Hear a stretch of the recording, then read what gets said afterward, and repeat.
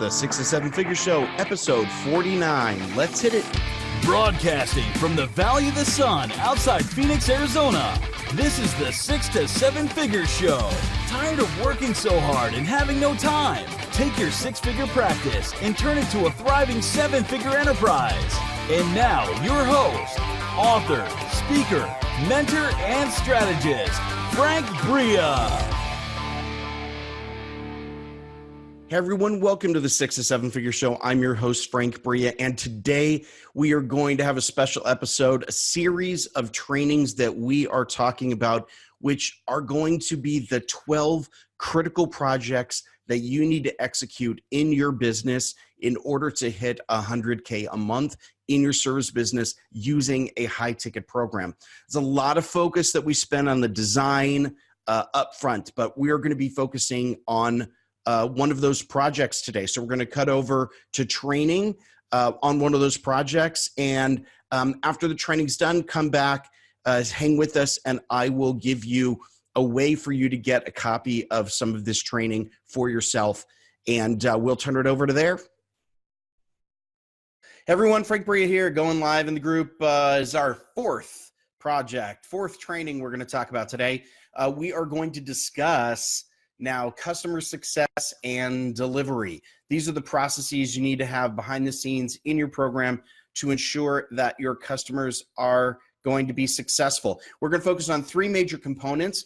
There are a lot of other things that can happen there, but really these are the three major components: onboarding, customer success, graduation. We're going to talk about those three components of your delivery processes. All right, so let's start with onboarding. Onboarding processes are critical. It's basically how you set up success for the customer. You start it right and things go well from there. So a successful onboarding process should have 5 components. I like to call it the whole method, WHOLE. So W is welcome the customer. During your onboarding process, spend some time helping your customer feel like they made the right decision in choosing your program. There's a lot of fear or buyer's remorse oftentimes at the beginning of a new program. So help your customer understand that they've made the right decision. Let them know that you've got their success in mind and you're going to be there for them. And also let them know that they're joining a family and a community and that family and community is going to be for them also. H, hand off to staff. Now, oftentimes your customers have gotten to know you probably through your social media or your content, or sometimes your sales staff. Like if they've had a really meaningful coaching call, enrollment call, they might have a connection to the sales staff. In that relationship is in most cases not going to be the main relationship that carries them through the program. So you're hopefully long-term not going to be the person who's delivering the program on a regular basis. So if that's the case, you're going to need to hand off the relationship to the person who is in charge. So whether that's your head coach or your customer success manager or whatever, someone else is going to be on point to help your customer achieve the objectives they've set forth. So make that introduction and help your customer feel like they're in good hands. A lot of times this handoff goes clunky where it's like, oh, I thought I was going to be working with so-and-so, but then they passed me off to their team. So make this a smooth transition. Once you have made the introduction, really build up the resume of that person and sell them. Like your customers should be very, very clear that not only are they in good hands, but they're probably in better hands. So that is really, this handoff is really, really critical to making sure that people feel like they're being well taken care of and not just abandoned when the program starts. At this point in your onboarding call, your customer success manager, head coach, or whoever the point person is in the relationship should take it from here. You should literally hand off the call, stay on it, but be here for they should be the one at this point leading the call. All right, orient to the program. Now, onboarding is a great opportunity for you to basically take your customer on a tour of the program. So your tour should really consist of 2 dimensions. Okay, first, I recommend some kind of a horizontal tour. Show each feature of your program to your customer. Show them how to log into the Learning Center, where the Communication Center is, or Slack, where their username and passwords are. Show them how to ask questions, get support, and find recording all the video calls. And by the way, record this onboarding call. I like to tell people on onboarding, you're going to forget all this stuff, but fortunately there's a recording of this and you'll be able to go back and review it. Okay. The horizontal tour, as I like to call it, it's the most common, but you should also follow up with a vertical tour. This gives your customer a walk through the typical day in the life of the program. Explain what happens, like when you get up in the morning and are dealing with whatever you're dealing with, business or personal life, in the order in which it will happen. In most group core programs, the pattern is going to be a weekly one. So go through from Monday to Friday and explain how the program works.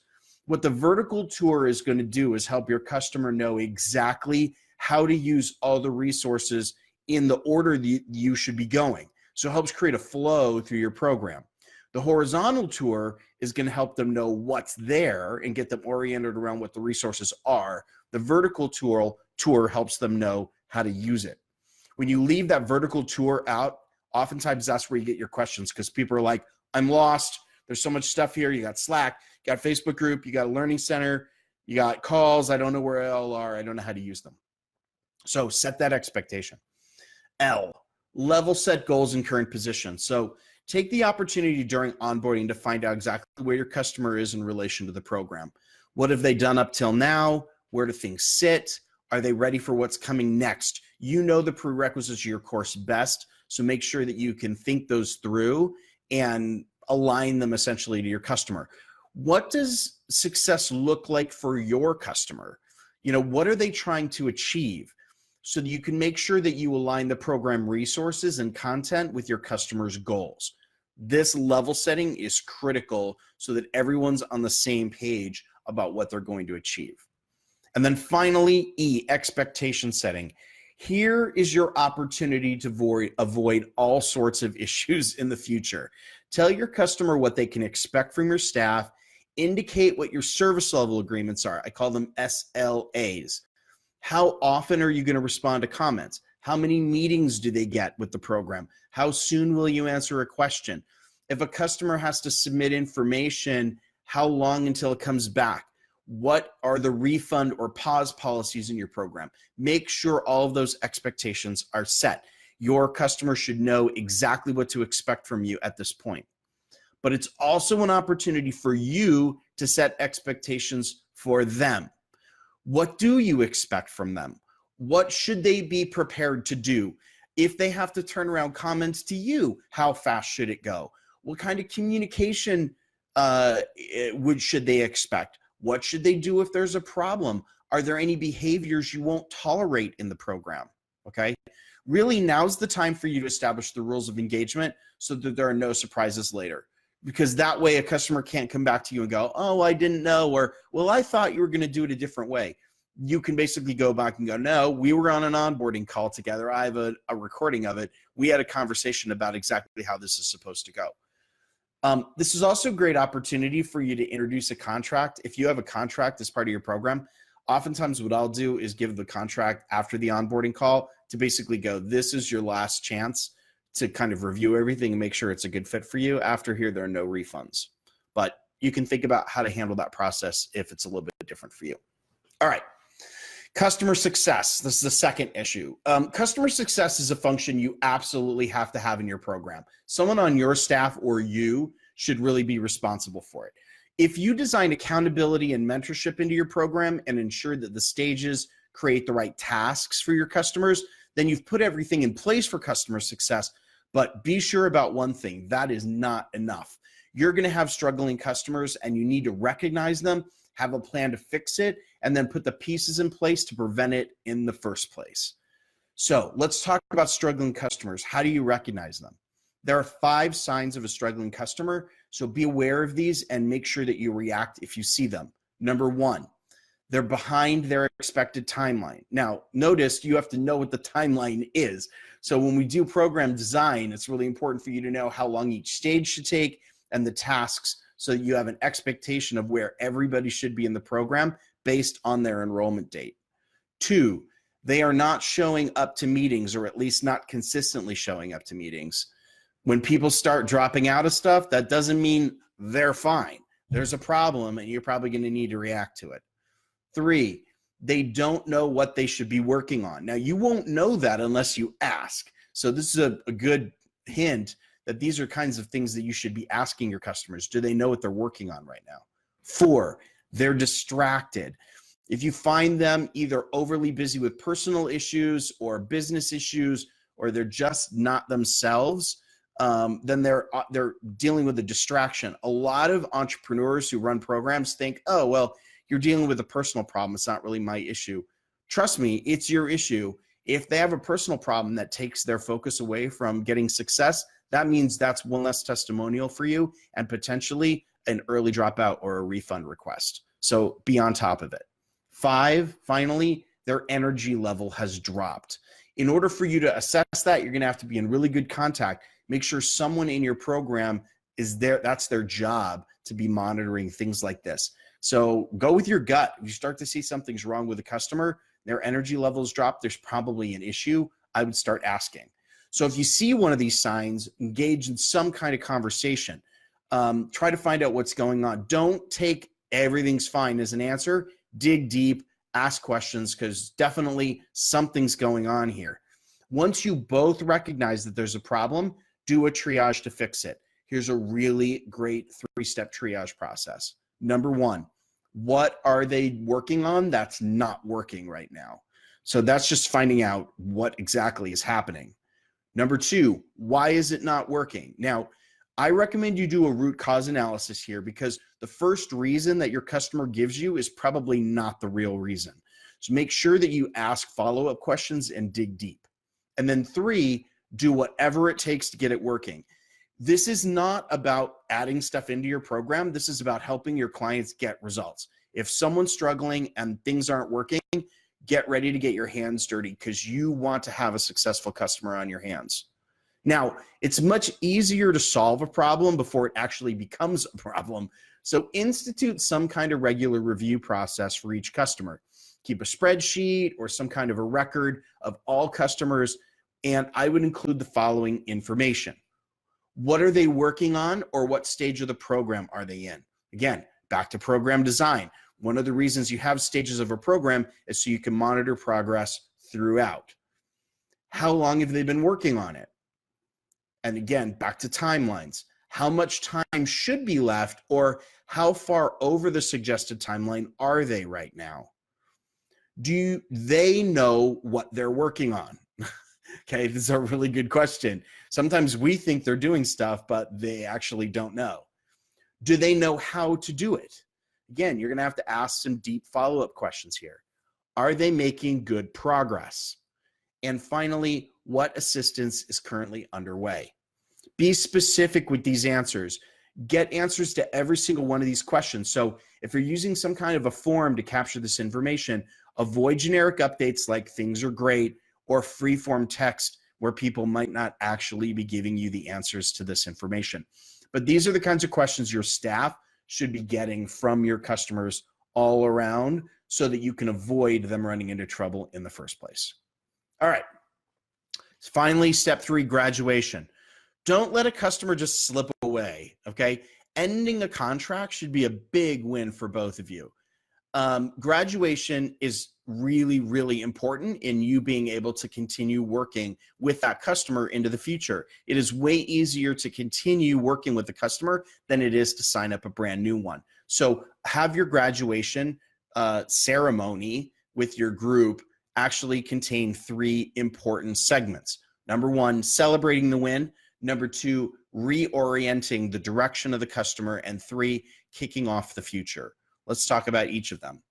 Celebrating the win, super important. Make sure your customer knows exactly how far they've come and all of the work they've done. A lot of times in programs, people get a feeling like they're really just the last thing they did. But in a 12 or 16-week program, there's a lot they've probably done, and they've probably come a long way. Outline those wins for your customer and for their peers. If you're running some kind of a graduation as a group, make sure everybody knows what everyone's wins are. Focus on the things they've learned and definitely make it a party. It's a win, so keep the energy level high. Reorient the direction. All right, now that your customers achieved this milestone in your program, what's next. Make sure your customer knows exactly what the next milestone should be. Build momentum and energy around achieving that next goal. It's going to be a challenge, so you're going to have to make sure your customer's up to the task. Hype them up. If you've done your program design well, then the next milestone should be addressed by the next program. So invite them along. If your customer decides that they're going to be quitting at this point, or they're thinking about it, then ask them what's next for them.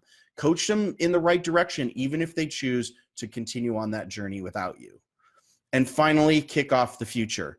If your customer wants to attack the next challenge with you, then admit them into your next program if they're qualified. Do it right then and there. If they say yes, go ahead and start the onboarding process immediately. Either if you're dealing with them individually, you can onboard them, or if you're in a group, go ahead and schedule it. Don't wait. Don't say, great, that's something we'll take care of. Now, if they say no, or it's just not a good fit for them, then go ahead and offboard your customer with grace and ethics. Make sure they know where to go. That's your job as their coach or consultant to make sure that as your customer moves away into another direction, they're not just homeless after they leave you, but they actually know how to get to their next waypoint as easily and safely as possible. All right, those are the three big processes that you need to be executing in your program in order to get customer success and delivery going. Hope that was really helpful. Again, this may not be project number 4 for you specifically, but it's definitely be something that you need to work on in order to get really good engagement and success in your program. Hope that was helpful. Thanks so much for being with me, and we'll see you tomorrow. Yes, we're going on the weekends for day 5 of 12. If you're not going to be around on the weekend, that's fine. You can catch up on Monday when we come back. All right, talk to you later. Thanks so much for being with us. Bye-bye. All right, everyone, that's it for today. And 2 things that you want to do. Number 1, if you have not had a chance to join our Facebook group, you need to be able to do that. This is really where we're going to be discussing a lot of this stuff in detail. You can actually, in the Facebook group, get written documentation of the project that we just discussed. So where you want to go to is facebook.com/groups/high ticket program. All together in one word, no breaks, no dashes, high ticket program. So facebook.com/groups/high ticket program. That link is below the video or in the show notes page. If you're out and about listening to audio, come on back to click on through and join. Absolutely free. Other thing that we want to offer you is called our 12-week high ticket program Black Book. This is over 60 pages of standard operating procedures for designing, launching, executing your high ticket program. The way you get that is you go to frankbria.com/blackbook. Again, the link is below here for you to grab that.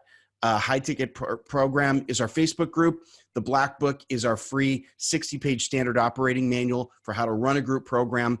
Go get that at frankbria.com/blackbook, and we will see you there. Thanks again so much for being with us today. We're going to have great content again coming up soon, so stick with us for our next episode, and we'll see you soon. All right, everyone, take care. Bye-bye.